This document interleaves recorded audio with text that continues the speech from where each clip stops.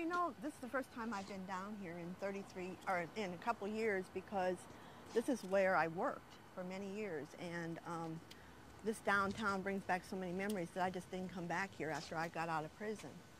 And how I ended up in prison is I had a gambling problem. Worked at the bank for 33 years. The last 5 years of that is when my gambling career started, and ironically it started because the bank offered senior trips, and we had chaperones that went with them, but they wanted somebody from the bank to go along. And so I went because nobody really wanted to work with these older people, and I loved doing it. So you started off as a chaperone for seniors that were taken to the casino. Yeah. And that was my first introduction to slot machines. I had no idea what a casino was or a slot machine. No children, I never was married. Okay. The bank was really my career and my family. I loved the bank. That's always what I wanted to do, and that's where I was going to retire from. How long did it take to transition from just that going only when the bank took the seniors took the trips? I'd say that took probably maybe a year, Okay. maybe.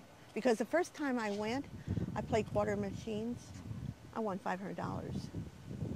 And I thought I was the luckiest person ever, but that was the biggest mistake that ever could have happened. At first I was going only whenever the bank would go on the casinos, and I was taking about $50.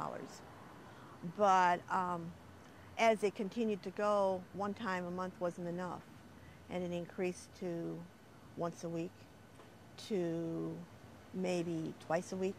And at the end I was going every day of every week, and I was spending $3,000 a day at least. So then what happened when you were going once a week or once a day and $3,000? Mm-hmm. Those last 3 years I had to devise a way to come up to get money, and when you have a gambling addiction you will find a way to get money.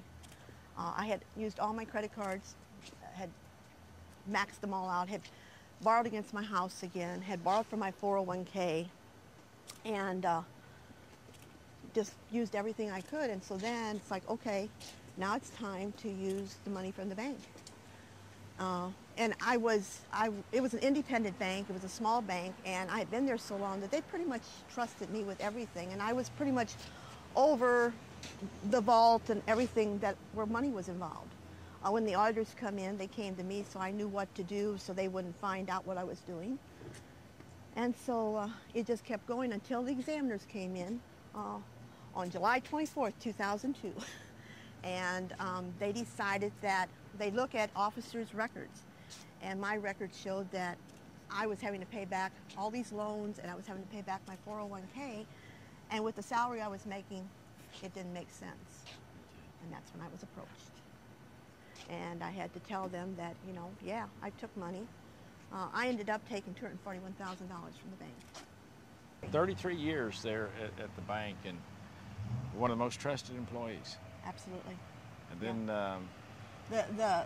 my boss, when he asked me to come back into the boardroom, and he's like, we've got some discrepancies, and you need to clear this up. And at first I wouldn't admit it, and then I said, well, I have to let you know that I've taken money from the bank. He's like, what, 10,000? I said, no. 20,000? I said, no, a lot more than that. He's like, well, how much? And I said, 241,000. And I thought he was going to drop off the chair because, he couldn't believe it. What was your feeling when you came back to see the bank? Brings back a lot of memories. Good and bad. But that's in the past. And I've done a lot of things that I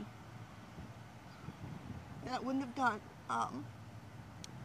I guess I led a sheltered life, you might say, because I grew up in this, in this area. And once this all happened, I had to do a lot of things that I never thought I would do. And so I feel fortunate for that. And I've asked forgiveness of everybody that I've hurt. What about your family? How did it impact your family? That was one of the big things I was afraid of. I thought, oh gosh, what are they going to think? And there was many a time that I had thought about suicide. I had contemplated how I was going to drive the car off down an embankment coming home from Alton and drive it into the Mississippi River. That crossed my mind a lot. I definitely know I wouldn't have made it through without God. And I think it's fortunate that I was caught when I was in 2002, because my resources for everything was running out, and I really think I would not be standing here talking to you had I not been caught. So I always call that my best day and my worst day. The best day because I was caught, the worst day because I was caught. Because had I not been caught, I would, I know I'd be dead. I really do, because I was that close. Norma, Steve Beshear wants to bring casinos to Kentucky. What would you say to him personally about that? I'd have to say, Steve, you need to research it. You need to listen to me. I'm only one, but there's millions of people out there that are similar to me. They may not have had a bad problem as me.